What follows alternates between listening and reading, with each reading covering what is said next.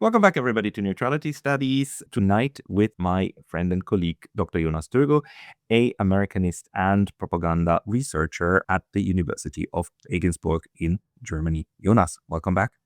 Hello, Pascal. It's great seeing you again. You've been on the channel before, but for anyone who has missed that one, you are not only an academic, you also have your own YouTube channel in German language. If you understand German, then please check Jonas out. He is one of the few German academics who is actually also trying to breach this kind of the break out of the little box that we are in and actually offer his analysis on his channel, where he mainly tries to dissect the various ways in which currently in German and European mainstream media, the propaganda is just being used. And he doesn't just like rant about it. He actually has a lot of background on it. He wrote several books, one of them being this one here. It's also a German title. It translates to Cognitive Warfare, in which Jonas actually analyzed, and we talked about that in one of our last discussions, how the NATO itself is actually using and preparing to use cognitive warfare, not just against the enemy abroad, but also against its own population from within, which is the most scary part. And he wrote about propaganda for quite a while now, and I'm very happy to have you back. I'm glad to be back too. It's always a pleasure to be on your channel, Pascal. So let's talk a little bit about what's actually happening in Europe, because I've had a lot of messages or a lot of talks actually recently about how this war euphoria, especially in Germany, is getting worse, and how the media narrative about an coming war with Russia is getting worse and worse. And what's even worse is that I just had a discussion with Stanislav Krapivnik saying that the Russians now believe the Germans and they're getting ready for war too. So we are headed toward a self-fulfilling prophecy. Can you maybe tell us a little bit where we are in Germany with this relentless drive toward war? Well, we are at the point where I think it's becoming more and more difficult to sort of find an off-ramp, because the narrative that has been built over the past few years and the narrative that supports this war is very simple, and it is very dangerous, because it is basically a narrative that says Russia is a big threat. And then you have studies. I mean, this is a very simple narrative, but it is Russia is going to attack Europe and Germany in the next couple of years. And you might ask yourself, okay, why do they know that Russia is going to do this? And if Russia is so strong, then why are they waiting for us to prepare a couple of years? And then when we're ready, then the Russian comes. So it's not a very intelligent narrative, I might add, but it is being pushed on all channels, not all channels, like YouTube channels like yours, of course, are a very valuable exception to that. And there's, good alternative information, but that is not for the majority of the people. So we have this narrative being built up that we have to defend. And now what we can see is that the militarization that you've just mentioned sort of penetrates all aspects of society in a way that is a little bit like COVID-19, where you say, okay, we need to fight this virus now. Schools have to fight it. It has to be fought at home. It has to be fought at work. It has to be whatever. The whole society has to shut down, basically, has to get ready for this fight against COVID. And now it's similar. It's like an all-out societal change that is taking place. And that is not me saying this, but it's when you read the papers of military analyzing the situation, what has to be done, they talk about a whole of society approach. So if we talk about cognitive warfare, if you talk about this mind shift that has to take place, this is a whole of society approach. And then it goes into all venues. So we have schools where, I have people when I give talks, and there's like hundreds of people, and there's always a couple of parents there who say that they are very worried because now the German army, the Bundeswehr, is coming to their schools regularly, and they are recruiting young people, young school children, 14, 15, 16 years old, because they tell them the story. This is kind of cool if you go to the Bundeswehr, and we have these cool tanks, and you can visit them. They have open door days where you can go to the Bundeswehr, you can sit in those tanks and planes or whatever, and it's sort of like Boy Scouts or Girl Scouts. Let's have fun. And people, they enlist. So this is what's taking place in schools right now. You have the narrative that's being pushed in schools that whatever sort of conflicts with the official narrative is branded as conspiracy theory and should be rejected. We could go into depth now, but this is like it's called inoculation. So you want sort of people to block conflicting information, and you want them to be straight set on this NATO narrative. Then we have, of course, we have media, where we have Tagesschau, we have all kinds of media channels that sort of keep pushing this narrative of the great Russian threat and that we have to rearm. And of course, we have, and let's not forget about like the economics. We all know it's about the economics, stupid. That's what has been said in the 90s already. So economy is going downhill, obviously. Europe and Germany is on a suicide mission. They're shutting itself off from the cheap energy that has sustained the economy for decades. And now they, somehow need an economy to survive. And what do? You switch. You have the lanes that produce automobiles, and you can easily switch them to produce tanks. And that is what's happening right now. So it's wherever you look, it's what you said. Wherever you look, it is it's threatening. It's dangerous, and it is scary to see what is happening. And I've just recently looked at the it's called Bevölkerungsbefragung. So you have like a survey that is for the whole of Germany, from the German army, from the Bundeswehr, and they found out, well, they first of all they know very well, and they write this very clearly, that we need this perception of the Russian threat. So that is at the heart of this whole change that is going on. We need people to believe that Russia is a big threat. They write that. They write that. And they have, items. They send people thousands. There's a lot of money behind it. Thousands and thousands of people go to homes in Germany, and they lead interviews. And they, what do you think of the Bundeswehr? What do you think of Vladimir Putin? What do you think of the German military? Do you think that we should rearm? Is defense spending a good idea? And roughly 300 questions are being asked, and the results are presented in a paper. And they found out basically that the mind shift is working. So you have roughly 80%, 8 out of 10 people in Germany think that the Bundeswehr is a very valuable and respected institution. And you have roughly 2/3. Think about that. That's between 60 and 70% of the people in Germany. They are fully convinced that there is this great Russian threat out there against which we have to rearm, prepare, defend, and sort of change our society to not be overwhelmed by Russia. And as you have pointed out, and if you look at this from sort of the ego perspective and you try to take all different sides into account, that's what you've just said. For the Russians, this remilitarization of Germany and of Europe is, of course, perceived as a threat, because you cannot rearm just defensively. The other side is always going to think, and with good reason, I might add, that this looks kind of offensive to us, and then you have these steps that the other side is preparing as well. I know that you've talked about it, and we could go on forever. You have Ukraine being allowed to target Russian energy, and if you push Russia towards a defeat, what's the largest nuclear power in the world going to do? So wherever you look, it's madness. Hey, very brief intermission because I was recently banned from YouTube, and although I'm back, this can happen anytime again. So please consider subscribing not only here, but to my mailing list on Substack. That's pascalotta.substack.com. The link's going to be in the description below, and now back to the video. I mean, even worse, like Stanislav Kropivnik just made that point. It's not just that Ukraine is allowed to strike Russian oil. It's like Ukraine is enabled to do so, right? And Ukraine uses all of this NATO data and infrastructure in order to target these things.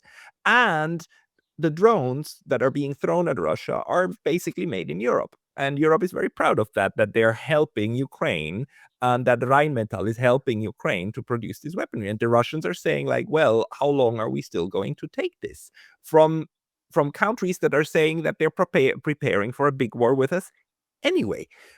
It's getting worse and worse. The Russians are now at the point where they think of what to strike in Europe. And, Europe is going to get its Russian first strikes because the Russians are now ready to do that. I mean, this is now at the point of a self-fulfilling prophecy. It's, I don't know. It's quite, it's super frightening. And I was hoping that you would tell me that the what Matthias Desmet calls a mass formation, that is not that we are not that far downhill, but apparently even schools and so on. And Ulrike Gero told me that the evangelical churches are getting ready for war in Germany. So the drive, the drumbeat seems to be overwhelming, huh?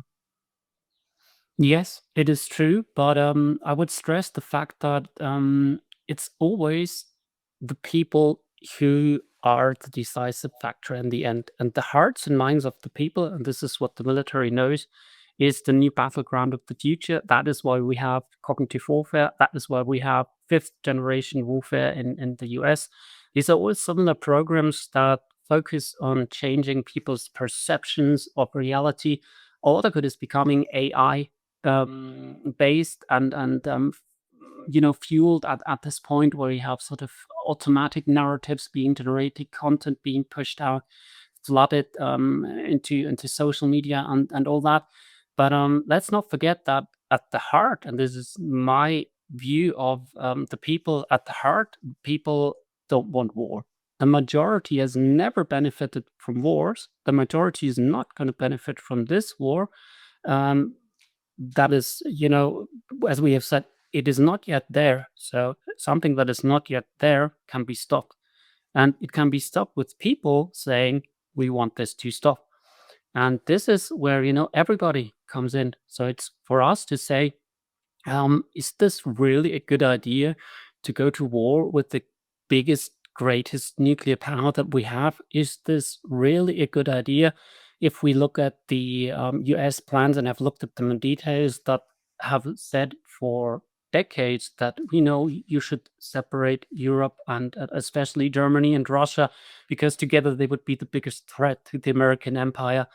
It is time that we start talking about the American empire, come to think of that. So if we realize that the US is not this democratic nation that has nothing but our freedom at its heart, and that is interested in nothing more but a free Europe. If we start making this mind shift, and I think this is very closely linked to the war narrative that we are defending democracy, the US is defending democracy because they are this big, free, democratic country. If you make this mind shift collectively and understand that, no, we need to move away from free democratic society to ruthless empire. And this is what I say. We need to understand that we are dealing with a very brutal empire, which the US is and has been for the past decades. That plan, by the way, and this is what I looked at in my book War Games, plan to sacrifice Germany without even blinking. They had millions and millions of people being dead in these war plans in a war against Russia. And so this is what's going. Those are the real war games, the war plans that NATO is putting out and that they're doing as exercises, right, in their little planning groups. That's what you're talking about. Not something that is hidden or something, but these are the actual kind of the stuff that they then also publish. Oh, this is what came out in this war game and so on. And the sacrificing millions of people in Germany that's just one of the games, right? Exactly. I mean, you need to look at the military documents. That's where we can find it. It doesn't work to just switch on the German news, like the Tagesschau, which is the most popular news channel and coverage. That we have 15 minutes of Tagesschau won't give you that information. So we need to look a little bit further. We need to start reading, and then we discover all sorts of very interesting information that, okay, for us, apparently, this is a war where we are being led to slaughter like a little lamb. And this has been the case for decades, the plans for decades. And not only is our economy being sacrificed, but probably and most likely millions of lives are going to be sacrificed. And I think that if that truth, and that is, I see that emerging slowly. And if that becomes sort of common consciousness, global consciousness, if people realize that, then we have a good chance of stopping this. And this is why your work and the work of many other people is so important. We need to, and this is where Desmond is right, I think. I don't agree with him on everything that he says, but this speaking out, and this is also what Hannah Arendt said, and Rosa Luxemburg, that the most revolutionary deed that can be done is to speak truth. And this is what we have to do. You can say, okay, I don't have that much energy at this point. A lot of people, they are tired, they are worn out, but we can still speak out. And if you speak out the simple truths of what's going on, then this can only, promote peace. And that's what we got to do. And that's where I can still see a lot of hope. Yeah, I'm glad. Okay, I'm glad. I mean, you're one of the optimists. I don't run into many of those these days, but I share that actually, because we need to figure out how to stop it, because it can't be that we're doing it for the third time in 100 years. Um, but the I wanted to go somewhere with this one. Yes, there is some resistance, right? I'm also on Twitter, also actually by school activists. In Germany, there's quite a couple of of students who are protesting this, saying like, "Go die yourself, Mr. Merz," and actually some of them have been arrested or have been reprimanded by their schools. Can you tell us a little bit like about this the youth? I mean, where do you see people between 16 and 20 basically in the public discourse, especially also on alternative media, where maybe a little bit more of this is surfacing than in the Tagesschau? Um, That's a good question. From what I hear is that we have a youth that is sort of unwilling to enlist and to join this hooray for war that is obviously being promoted, and this is very They're being positive. criticized, right, by news anchors that, oh, the youth doesn't want to go to the Bundeswehr. What's happening with them? Why are they so selfish? That's kind of what's in the media, right? Absolutely. I just heard that, well, as when you're 18 and you're a boy in Germany, you have to give your data to the Bundeswehr. So you have to fill out some kind of formula, and where give you and it's not like, not enlisting, but you're sort of saying who you are and what your interests are and whatever. And from what I've heard is that at least one third, that was just last week where reports came out, one third, oh my God, has not filled out this formula. So that's I think it's very encouraging to hear that, people are not all out war, as you might think, especially the young generation. I'm not sure if this is due to, I'm a little bit too lazy to fill this out, or if it's just pure heart conviction that, the people don't want to join the army. But I'm leaning towards the latter, and I say that, well, this is positive, and this is what we have to encourage. And I mean, it's common sense. It is common sense to say that. Do I want to be sacrificed? And wars are always for very few people, very few rich people getting richer, and millions of others are dying. And you have Ursula von der Leyen, for example, who is, pushing this war with billions and billions of money that she's promising, although she doesn't even have the right to. And you got to know that Ursula von der Leyen, she has 7 children, right? She has 7 children. And a couple of years ago, she was asked if her children are in the military. And it was a German interview. It was on German television. And first she said that, well, if my children were in the military, I would suffer the same fate that all the other mothers suffer, and I would, be scared for them, and I would care for them, and if they went into battle, I would be so, so scared and whatever. And then the next question was, well, you have 7 children.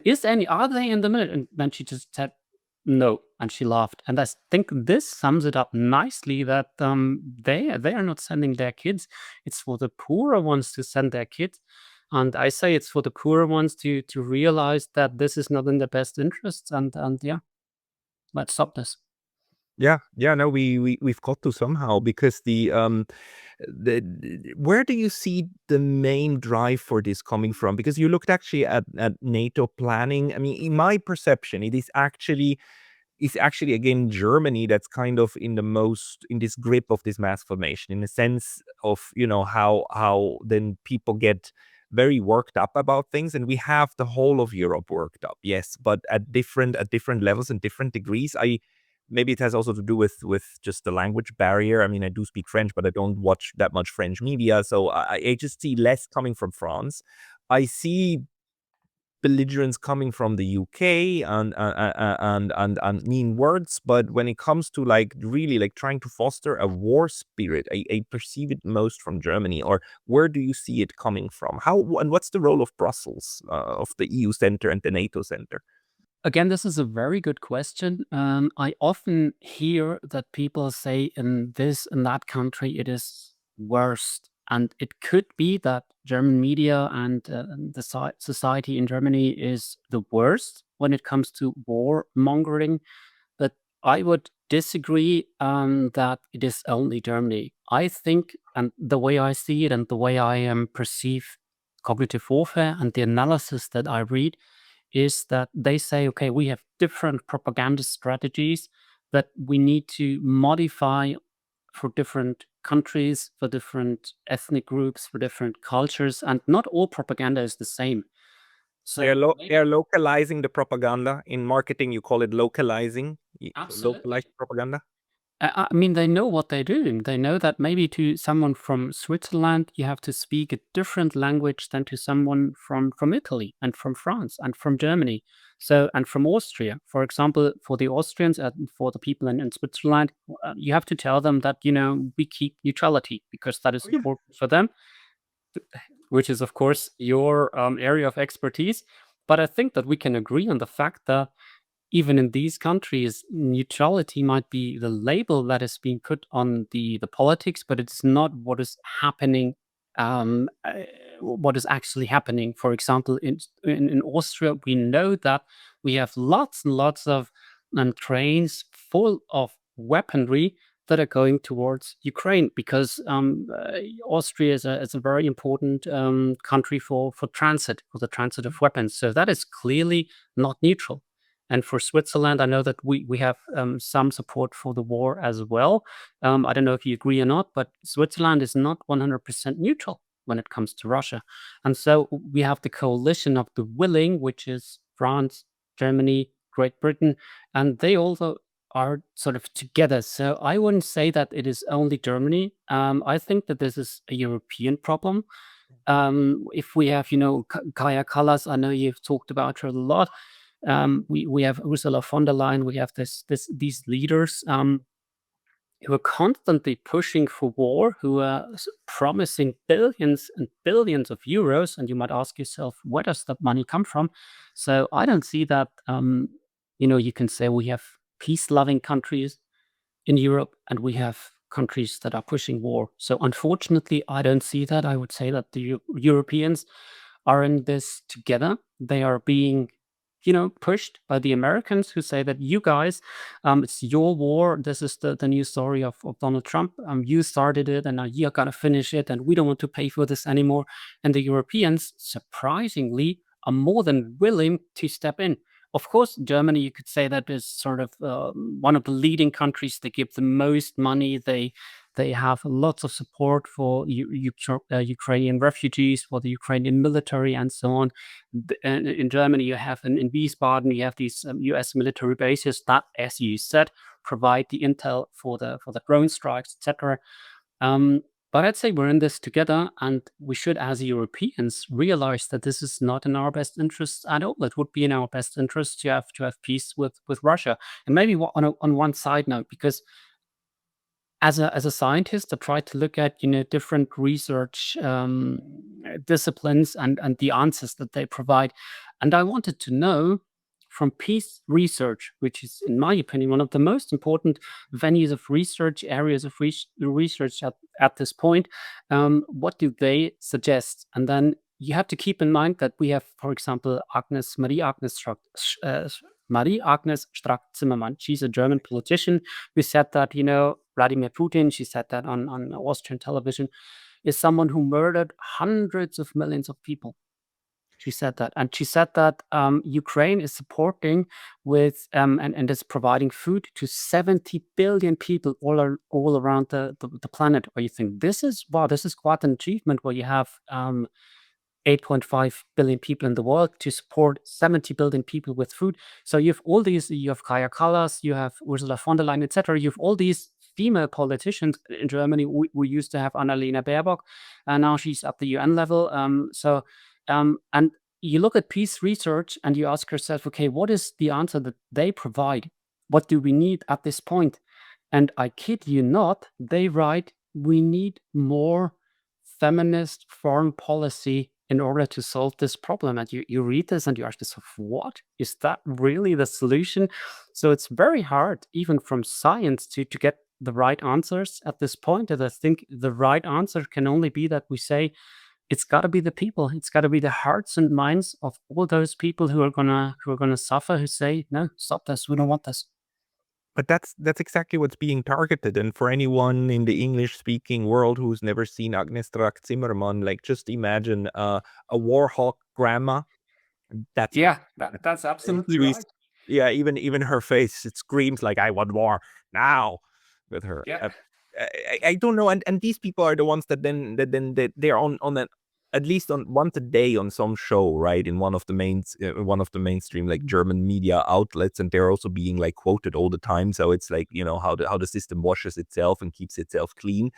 But you said something interesting, which is the earlier, that we have to create this kind of you call it a mind shift, or just a reframing of like what the United States, what is believed to be about freedom, democracy, liberty, and so on, all of the nice, lovely things that we were fed for all of these decades, toward what it actually is, an empire that is not willing to let go, right? And rather pushes everybody into the bayonets of those who it wants to oppose, rather than figuring out a way to actually share the planet and live together.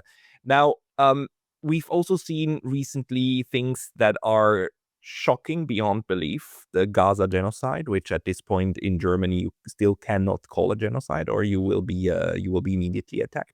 But we've seen that, and that's been on the TVs. We also saw how the United States and Israel jointly attacked Iran, and nobody actually, not even in Germany, it's not questioned whether that is a break of international law or not. The only thing that I've seen in Germany that's being discussed is whether Iran has the right to hide behind international law. I've seen that kind of discourse, but it isn't reality at this point the reality just also about the violence, the utter violence of the empire and the extended empire? Isn't that starting to sink in, or how is that being shaped and retwisted within Europe?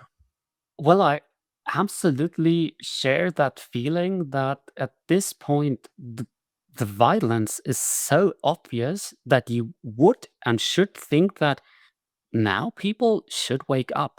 I mean, we have an American president who, together with Israel, starts to bomb another country totally unprovoked, totally illegal.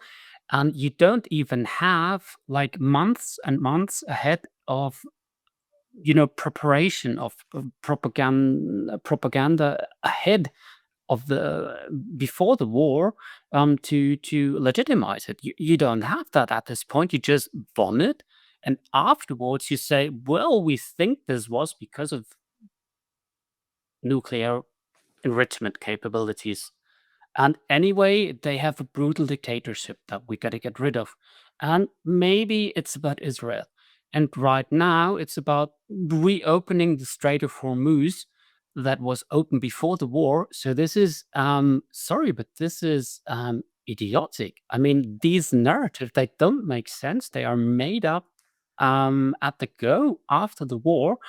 And this is so brutal. You have a US president who threatens the whole civilization of Iran with extinction. Um, so yeah, you should think that people should wake up. But from what I see, and this leaves me in a state of confusion. And I think that what you said, maybe as spectators, you as well, you think that why is this still possible? Like, why can we wage these wars? If you think at 2003, we bombed, not we, but the US and the coalition of the willing, they bombed Iraq. But for that to be able to happen, You had several months of preparation. You had this constant link that was not true, but they tried to link Saddam Hussein to 9/11. They tried to make up this weapons of mass destruction story. So you had a lot of preparation to get the people ready. And even then, it was clear that this is an illegal war of aggression, that the US had no right to bomb Iraq. That's just as the US and Israel have no right to bomb Iran. And let's not forget about Lebanon. And in 2003, you had millions and millions of protesters all around the world on the streets saying, "We want peace." They held up signs that, Bush has to resign, a war criminal, and whatever. And at this point, right now, there are not millions and millions of people on the streets in Germany or elsewhere. You have these protests where people say "no kings," apparently, or "no king." So that is some anti-Trump protests in the US, but you have no protests that say no war, no illegal wars of aggression. And I'm trying to figure out at this point why this is possible and why there is not the outrage and the outcry from the people that should be there. And I try to read as much as I can to find out why is this possible. When it's so blatantly obvious that we have this brutal American empire sort of raging and running wild because they are losing a global hegemony. Um, and I think that one of the reasons is that people are exhausted. So Mm. this is what we have to take into account, that we have studies that show that for example, this the Edelman Trust study that comes out every year that sort of observes what people all around the world think and feel and what sort of the state of mind of the population is. And they found out that people are so exhausted that at this point they are just withdrawing into, their little privacy space. They sit in front of the computer most of the time. They spend time with a few people. People are very lonely at this point. So people are exhausted. We have had so many crises. We have had COVID, which has left people, devastated. We have had Ukraine directly after. Now we have Iran. We have the oil crisis. We have rising unemployment. We have refugee crisis. We have so much going on. The money losing its value, and so on. So I think that people are being overwhelmed, and this is not a good starting point for a loud and strong peace movement. So I think that as a peace movement and as people who care deeply about peace in this world, we need to take good care of ourselves. We need to make sure that we don't put more workload on us than we can actually manage. We need to spend time with people, who are friendly with our loved ones, and we need to pick our fights carefully. So Mm. in order not to exhaust ourselves. So that is at this point, exhaustion is a huge problem, and I think this is one of the reasons, flooded with information every day, completely exhausted by what's happening. And that means that the most insane things can happen. And I think we agree that the most insane things are happening at this point, whether it is Ukraine, whether it is Iran. And they are not met with as much resistance as you might think would arise. No, you're right. I mean, that's a very good observation that, and Desmond again, like also pins it down actually quite a lot on anxiety, on free floating anxiety, on an object on something that, an undefinable thing that makes you feel anxious and afraid, and that this thing can be channeled and is usually channeled then against the enemy at the right point. And the enemy can be a virus. The enemy can of course be somebody in another country. But the other thing then, this the being overwhelmed, and actually that self-care and stopping to consume a bit of media can help you reboot, and maybe to regain a bit of perspective as well. That's a very good point. We're constantly currently just drowned in news, and a lot of these news is very negative. However, like the other side of this, isn't it also that the last 20 years, and I must say in 2003, one thing that was positive in 2003 is that Germany said no. Germany didn't join. They said we are not part of this. No, this is wrong. The war on Iraq is wrong, and they opposed it, and I think the United States never really forgave Germany for that act of insubmission. The right now Germany's at a completely different point, right? I mean, basically, you can criticize Donald Trump as much as you want, also in Switzerland, by the way, but you cannot really criticize the U.S. foreign policy when it comes to war making. And I mean, the way that Europe is basically defending the right of the United States and Israel to attack Iran. I mean, it's quite mind-boggling for a country that has been for a place that has been screaming at the top of their lungs, unprovoked attack when it comes to Ukraine. They're just not able to put the same kind of measure on other places. And together with that, maybe also as a propaganda researcher, this successful link NATO made between peace and bombs or weapons. And, peace, this time, we defend peace through weapons, because Hitler is, as we all know, sits in the Kremlin this time, right? So if you want to look for peace, then you actually need to do what the Allied powers did in the last Great War and arm against the new Hitler. Can you maybe speak a little bit to that aspect of like how the peace movement got undermined? I mean, this is sort of what Harold Laswell, one of the oldest and most influential propaganda analysts, already said, that you cannot say that you want war, because if you want to wage a war, you always have to say we're only defending ourselves against an evil enemy that is just about to attack us. So you have to sell every war that has been fought for the past hundreds of years, maybe even thousands of years, has been fought as a war of defense against a ruthless and brutal enemy. And you have these very, very simple stories that are being told. For example, if we go back to World War I, and there you can see how similar the stories are to the stories now. We had in the US, for example, this Committee on Public Information, which is sort of the huge propaganda effort to get the Americans ready after 1917 for the war. You had stories that were told about German soldiers, and the stories went like that. Well, the Germans had just invaded Belgium, and the Germans, they cut the breasts of women. So they cut off one breast, and then they waited so that she didn't bleed out, and then the second breast. Or that the Germans, they took the kids in Belgium, and they cut off their hands. So the German soldiers cut the hands of the little children in Belgium. And you had stories that, German soldiers, they would give a group of Belgian kids a hand grenade, and they would pull the trigger before handing over the hand grenade, and then they would wait till. So I'm going to stop now, but these were the kinds of stories that were being circulated all around the US to get the American population ready for war in the First World War. And afterwards, it turned out that all of these had been lies. There were no Belgian women who had their breasts cut off, just none. There were no Belgian kids who had their hands cut off. They were not there. And there was a huge effort made by, troubled American housewives with a lot of money, who sent their emissaries through Belgium to find out about the poor kids. And then they were sort of startled because they couldn't find them. And the story with the children and the hand grenade, it was so stupid that it almost would have blown the cover on these lies. But, yet the media front, who was sort of in line, and they kept repeating these lies.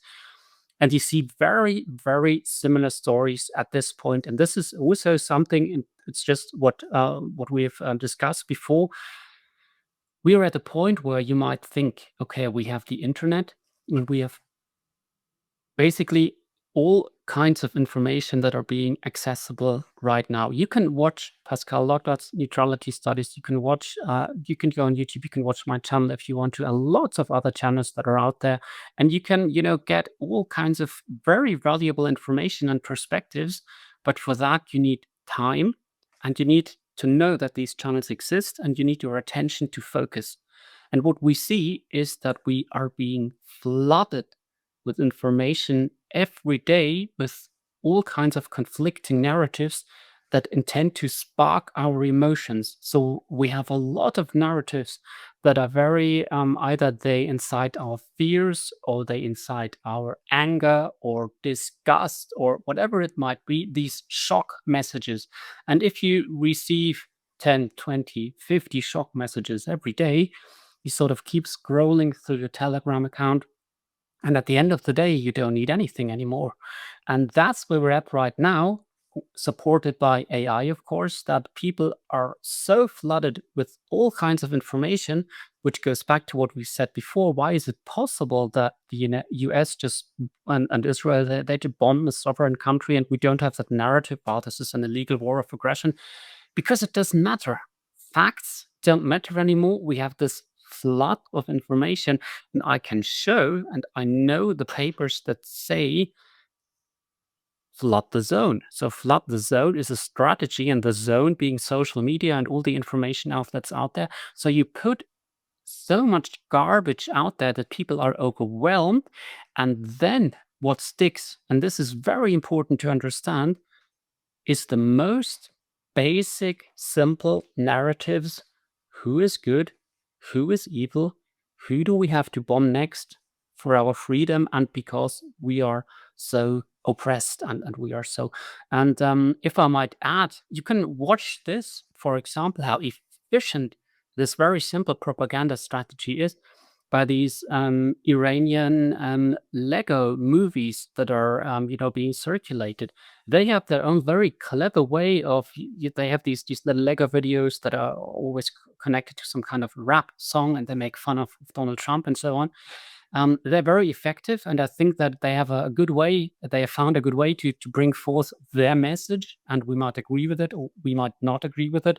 Often, I find myself partly even agreeing with what they say, but the thing is, these videos, they are not intellectually challenging. Okay, they're very short. They have a few rhymes that are being repeated over and over again, and this is very, very simple propaganda that goes back to if you look at wallpapers that were being put up during World War One.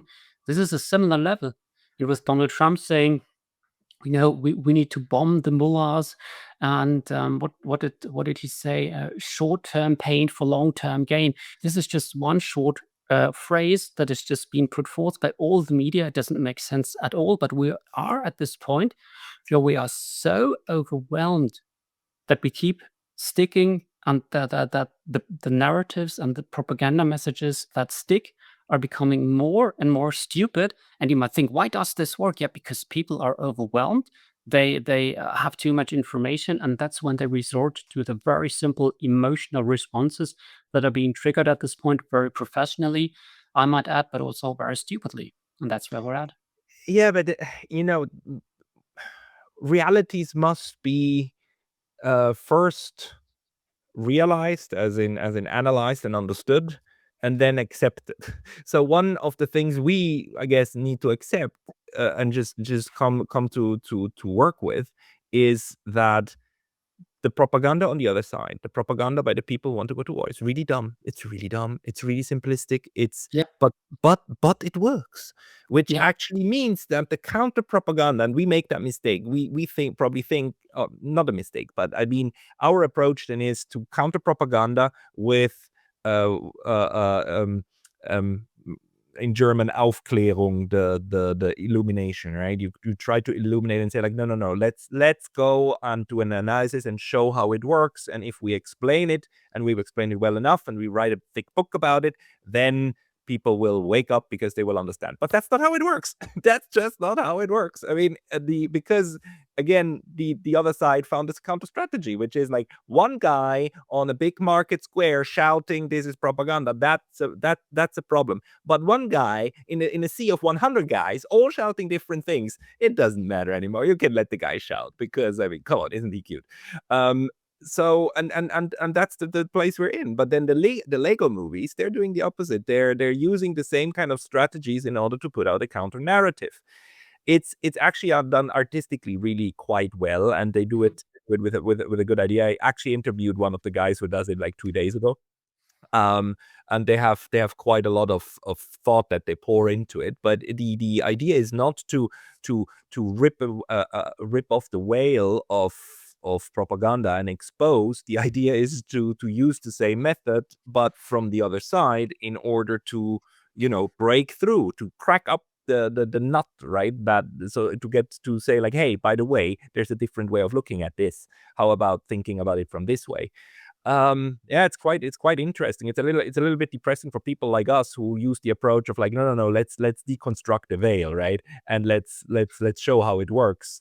Because propaganda, actually, it's not just about what it does, but it's also this issue of repetition and so on, and breaking it down onto little pieces. of question: how much should we adapt that strategy if we realize that that's just how it is?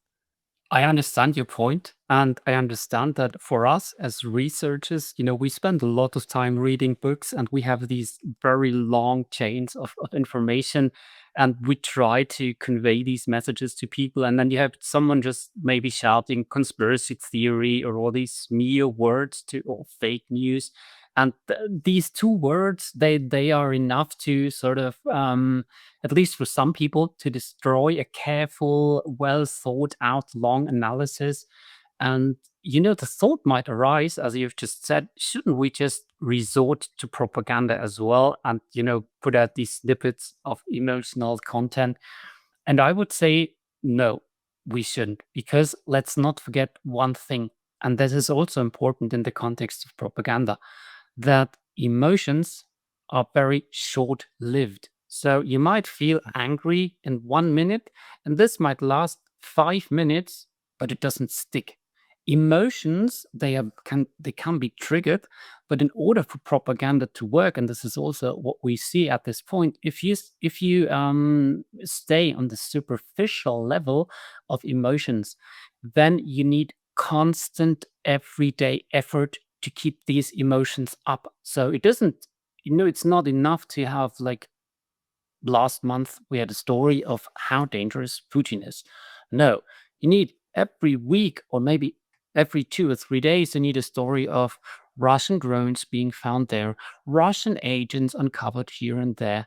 You know, Putin is on the brink of, I don't know, failure. And you need every day, you need the repetition of these, I would say, psyops. I can't prove it, but we had integrity initiative and so on, which would be another topic. But you need constant repetition and you need constant sparking of emotions.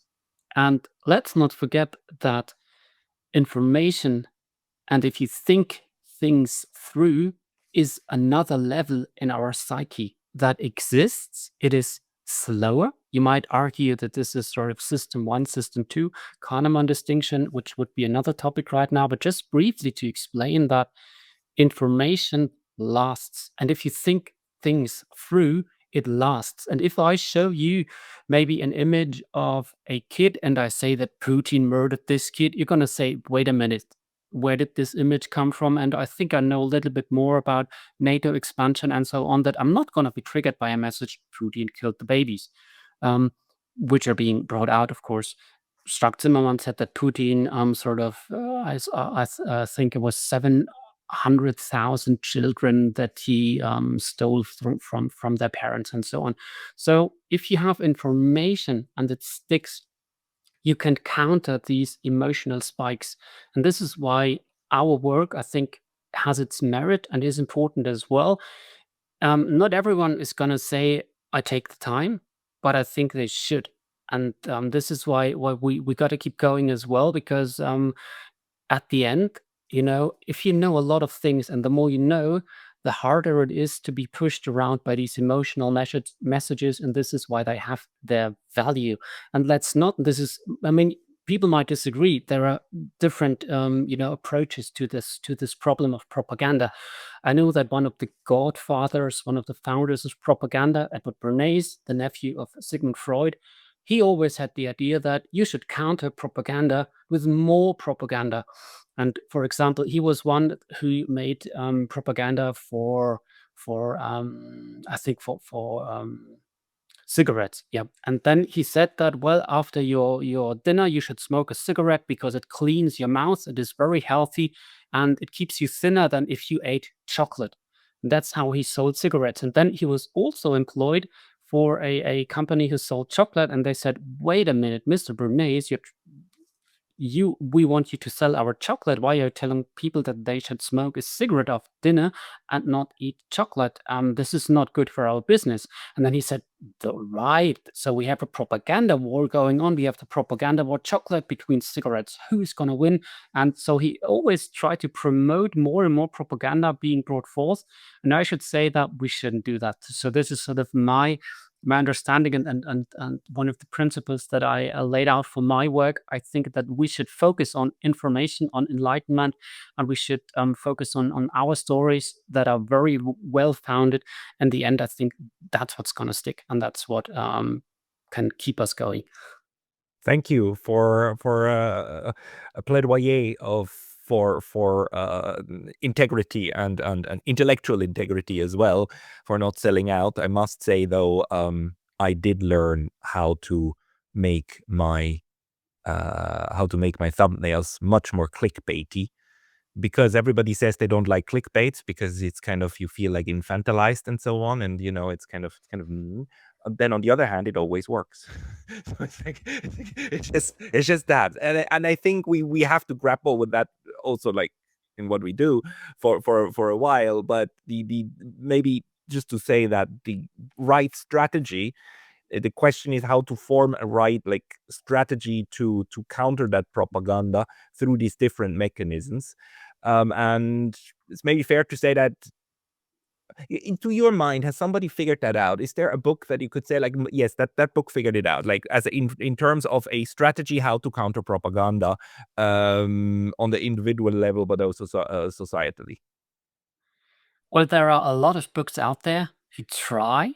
There's one that's called Free Your Mind, that is by two experts on nudging, who during COVID, they became very disillusioned with the efforts that were being made to push people towards vaccines and so on.